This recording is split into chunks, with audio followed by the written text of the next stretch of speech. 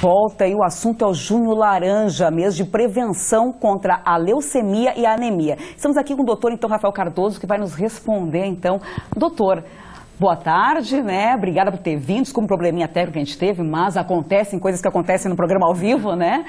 Qual é a diferença, então, entre anemia e leucemia?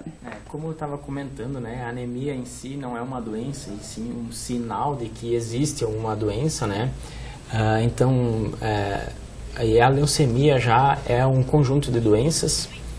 Dentre elas temos as crônicas e as agudas, né, das doenças. Então, cada uma com uma peculiaridade um pouquinho diferente da outra.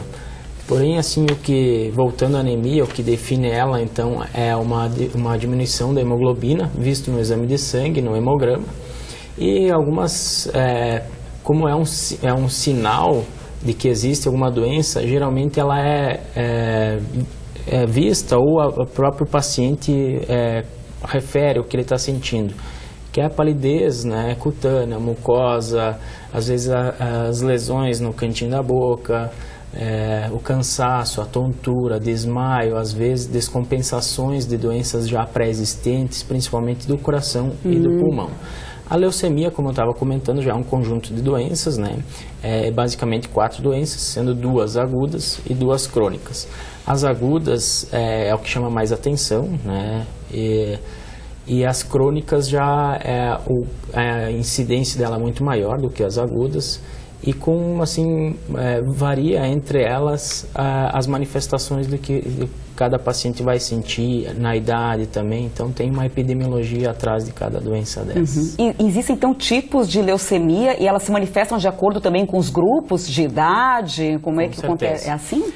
As leucemias, então, as agudas, então, ficando mais nessa parte, ela se divide de acordo com a célula. Então, existe a linhagem mieloide, né, que as células é um conjunto de células, e as células linfóides. Dentre elas, as linhagens linfóides, que é a LLA, que é tão comentada, porque comete mais crianças, o maior câncer é infantil, né? Então a leucemia linfocítica aguda, de bom prognóstico, né? Porque em crianças consegue se tratar e tem assim até chega a 90% de chance de cura. Que bom. E já nos adultos, a LLA ela é um pouquinho mais, um prognóstico mais reservado, vamos dizer assim, um prognóstico pior do que em crianças, né? A LMA, então, uma leucemia mieloide aguda, ela comete mais adultos e principalmente na fase mais acima dos 50 anos. Ela é mais incidente do que a LLA. Então, e cada uma difere no tratamento, às vezes nas manifestações, mas em geral as manifestações das leucemias agudas de forma assim mais rápida, né? E as crônicas, então, dividindo entre elas, entre o grupo agudo e crônico, as crônicas seria a LLC, a leucemia linfocítica crônica, que também é de adultos mais velhos, né? E a leucemia mieloide crônica, daí até varia assim mais na faixa etária, mas em geral também é adultos, né? E no hemograma, é interessante de que tempo em tempo a pessoa faça um hemograma para acompanhar, para ver como é que está o seu sangue, se está com anemia, porque essa anemia que o senhor relatou antes, aqueles sintomas, é quando a anemia é mais avançada, né? E para saber daí quando é que está com uma anemia que já precisa de uma medicação, de um reforço de ferro, ou se essa anemia realmente não está progredindo para uma leucemia, com que frequência a pessoa tem que frequentar o médico e fazer esse exame de sangue, então?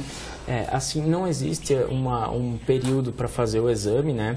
A anemia não vira leucemia, e se a leucemia pode vir acompanhada de uma anemia, em geral vem, né? Então, não existe um período.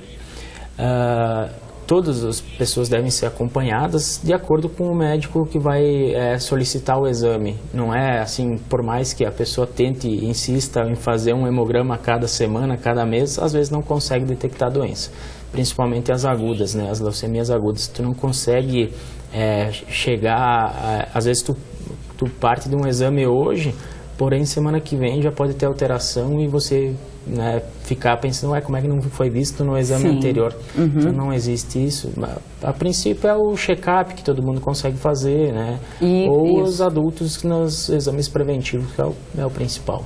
Tá certo, então muito obrigada, doutor Rui, pela participação, excelente fim de semana e novidades, vem aqui ver mais, sempre portas abertas para o senhor.